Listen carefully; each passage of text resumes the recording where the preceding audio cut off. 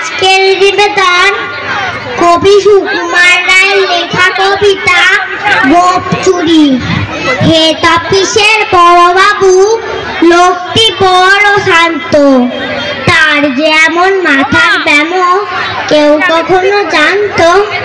দিব্যি ছিলেন খোশ মেজাজে চেয়ার খানি চেপে, একলা বসে ঝিমঝিমিয়ে হঠাৎ গেলেন খেপে।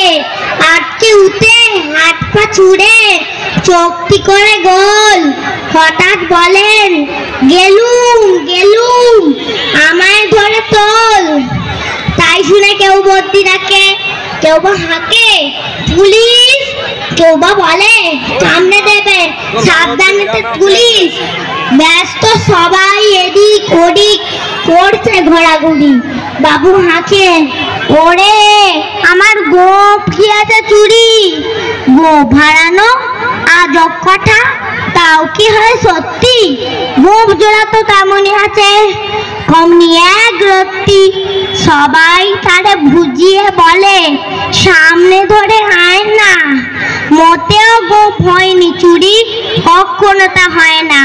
রেগে আগুন তেলে বেগুন তেরে বলেন তিনি, কারো কথার ধার ধারে নে সব পেটাকে চিনি। নোংরা ছাতা ক্যাংরা ঝাঁটা বিচ্ছিরি আর ময়লা, এমন গোপ তো রাখতো জানিস শ্যাম বাবুদের গয়লা। এ গোপ যদি আমার বলিস করব তোদের জবাই, এই না বলে জরিমানা করলেন তিনি সবাই।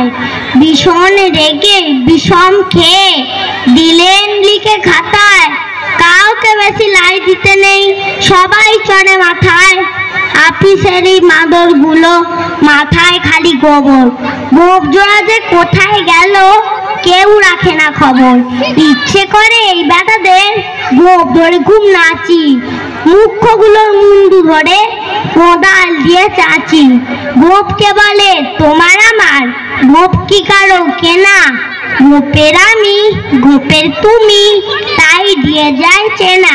নমস্কার।